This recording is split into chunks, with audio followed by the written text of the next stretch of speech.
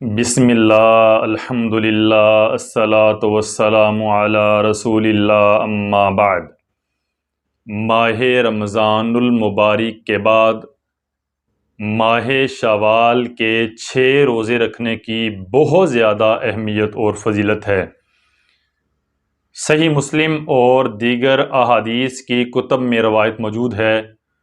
سیدنا ابو ایوب انصاری رضی اللہ تعالیٰ عنہ حدیث کے راوی ہیں، بیان کرتے ہیں کہ رسول اللہ صلی اللہ علیہ وسلم نے ارشاد فرمایا: من صام رمضان ثم اتبعہ ستا من شوال کان کصیام الدہر۔ جس آدمی نے رمضان المبارک کے مہینے کے روزے رکھے، اس کے بعد شوال کے بھی 6 روزے رکھے، تو گویا یہ ہمیشہ مسلسل روزہ رکھنے کی طرح ہے۔ مسلمانوں کو ان کے نیک اعمال پر اللہ سبحانہ و تعالی اپنے فضل و کرم سے کم از کم 10 گنا اجر و ثواب عطا فرماتا ہے۔ اسلامی سال کے لحاظ سے ایک سال میں 360 دن ہوتے ہیں۔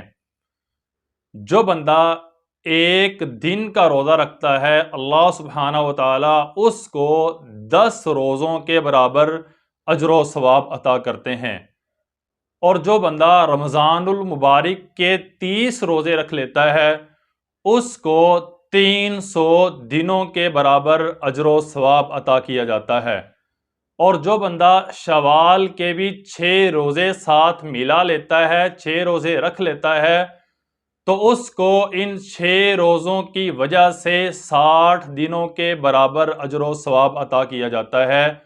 تو گویا جو آدمی رمضان المبارک کے بھی روزے رکھتا ہے اور شوال کے بھی 6 روزے رکھتا ہے، اس انسان کو یہ 36 روزے رکھنے کی وجہ سے اللہ سبحانہ و تعالیٰ 360 روزوں کے برابر اجر و ثواب عطا کرتے ہیں۔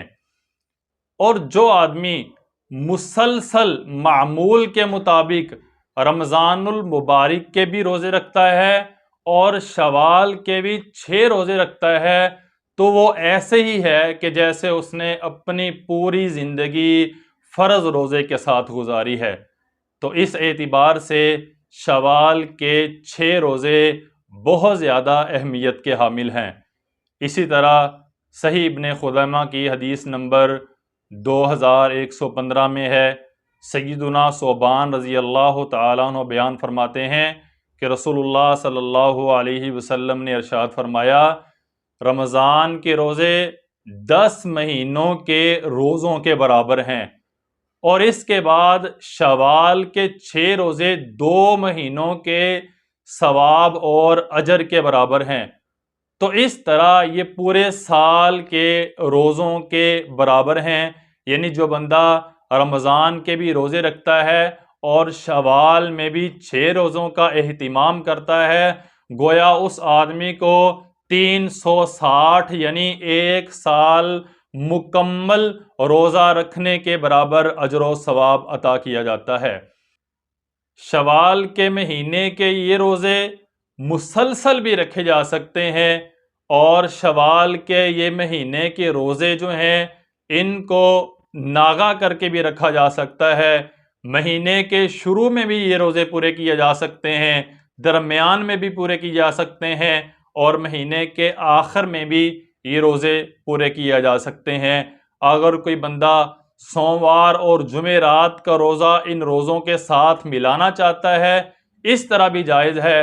اور اگر ایام 20 یعنی چاند کی 13، 14 اور 15 تاریخ کو ساتھ ملانا چاہتا ہے، تو اس طرح بھی یہ روزے رکھے جا سکتے ہیں۔ اللہ تعالیٰ سے دعا ہے اللہ تعالیٰ ہمیں عمل کرنے کی توفیق عطا فرمائے۔